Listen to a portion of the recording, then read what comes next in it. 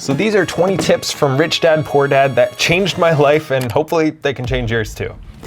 All right, so the first one is one of the main problems with school is that we are taught that making mistakes are a bad thing and we are punished for them. Yet, humans learn from making mistakes. We learn to walk by falling down. And like Robert says, we either succeed or we learn. Failure is one of the most motivating and powerful tools that we have. Most people don't talk about money with their friends or their family, but it is one of the more important things to talk about. He talks about how poor people will never discuss finances or their money, and they'll say they're not interested in it, but the rich will discuss it around the dinner table. It'll be a topic of conversation because it is one of the more important things in our lives. It's what we trade our lives for. Play it safe is actually terrible advice. It keeps us stuck in savings mode when we should be moving over to investment mode. It keeps us stuck at a job we hate for 10 years longer than we need to. It makes us only focus on our benefits and getting a raise and having a secure job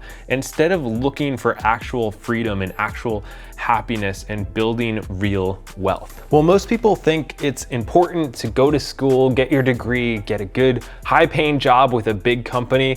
That is not how you become wealthy. Instead, we should be studying money, trying to figure out how to make money work for us, especially when we're younger, working for experience instead of money. I've tried a bunch of different jobs now in different forms of business and sales and online marketing stuff, just like a ton of different things. And each one allowed me to learn something that I was able to use later on. You don't know what you're gonna use it for, but when you start to work for experience and knowledge instead of money, that's when everything starts to change. Just stop doing what you're doing. The definition of insanity is doing the same thing over and over and expecting different results. So if you're not seeing results, instead of just working harder, which is the default thing that most people do when they have money problems, take a step back and ask, should you be running so hard in the direction that you're running, or do you need to start changing things up? And generally, you need to switch things up, because most of us are kind of dumb and waste a lot of time and money. If you're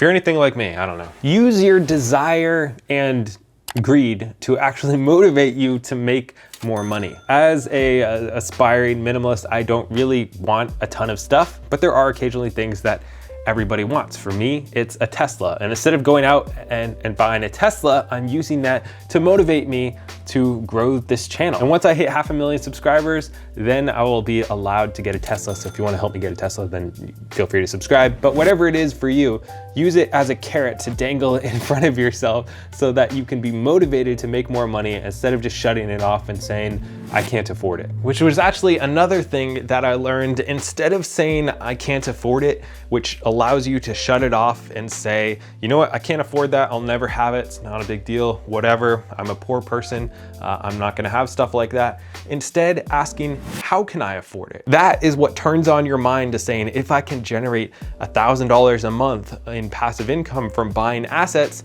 then I'll be able to afford this car, this thing. Instead of thinking I can't afford to travel, ask yourself, how can I afford to travel? What do I need to change in my life so that I'll be able to do this thing, that I'll be able to have what I want or have this type of lifestyle? What do I need to change to make this happen? Give yourself a reputation. Ever since I learned it, I've been doing this, especially with my health, but also with money. I am a fit person, I am a healthy person, and a healthy person doesn't eat fast food. A healthy person who is in shape goes to the gym at least twice a week. And you can apply this to so many different things. If you see yourself as a wealthy person, before you spend money, you're gonna ask, would a wealthy person buy this? Would a wealthy person make this decision? And honestly, it makes things a lot easier. Give yourself the reputation of the person you want to be.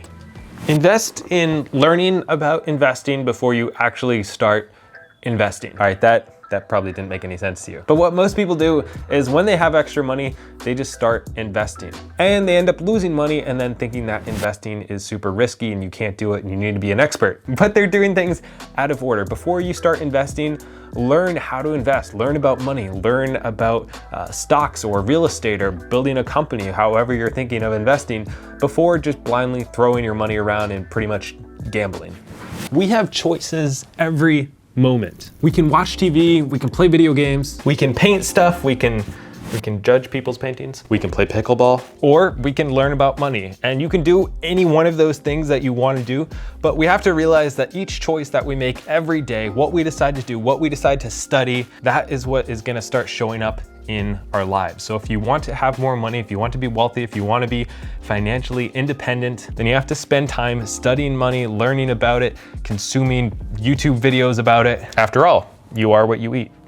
Pay yourself first, because that's gonna motivate you. A lot of people save what they have left over at the end of the month, and honestly, there's not a lot of motivation to have anything left over at the end of the month, so most people never save anything. But if you prioritize yourself and investing and your future, then you need to pay yourself first. You need to automatically put things into savings, automatically start investing and doing that before. And then if you don't have enough money to pay your bills at the end of the month, then you're forced to be creative and figure out ways to start earning more money. Do you have to work a side job? Do you have to start investing differently? What do you need to do to make more money? Obviously, you don't want to be irresponsible with this, but you also need to put pressure on yourself to improve your life, or nothing's ever going to change. Busy people are often the laziest. Now, what he means by this is, instead of trying to build wealth and actually taking a step back and doing some hard things, stepping out of your comfort zone, a lot of people, when they have a problem, they just work harder. And there's nothing wrong with hard work. It's super important, but it's not always the answer.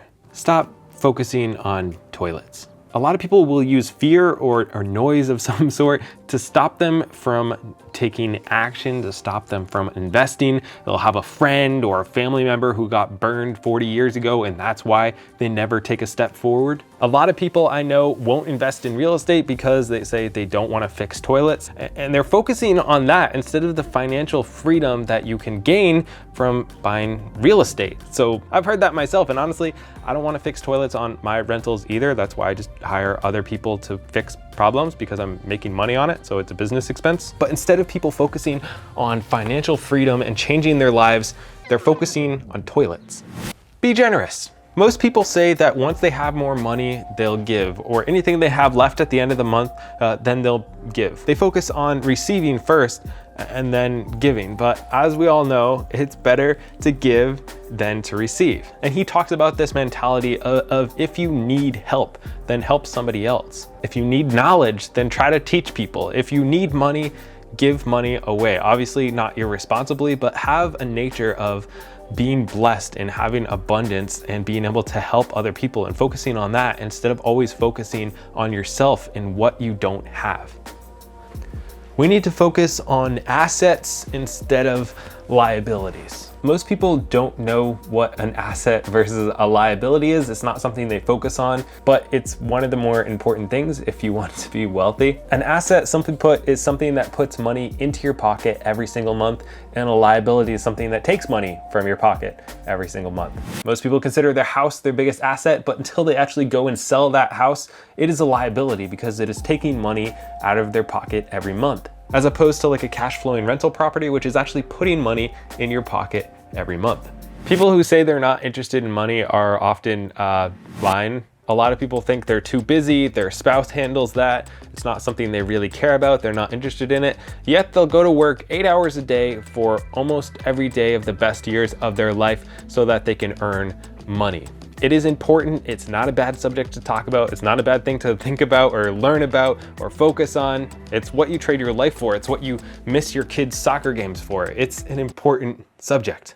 Most people will never win because they're afraid of losing. The fear of losing money is greater than the joy and the happiness of actually being successful. So they'll never invest, they'll never leave their job, they'll never take any risks. They'd rather play it safe and guarantee that they're gonna continue living paycheck to paycheck, staying exactly where they are, than step out and take risks and try new things. If you wanna have financial freedom, you need to overcome fear. Surround yourself with people who are smarter than you. I don't need to be an expert on everything, but I need to know experts on everything. So when I have a question, I can hire somebody who is dedicated and focused on that thing so that I can focus on what I am good at. That's part of the reason I hired an editor, so that I could focus on things that are important to me and filming content and being better at it, and let somebody else who's a lot better than me focus on the editing part. More money will actually not solve your problems. Most people given more money will just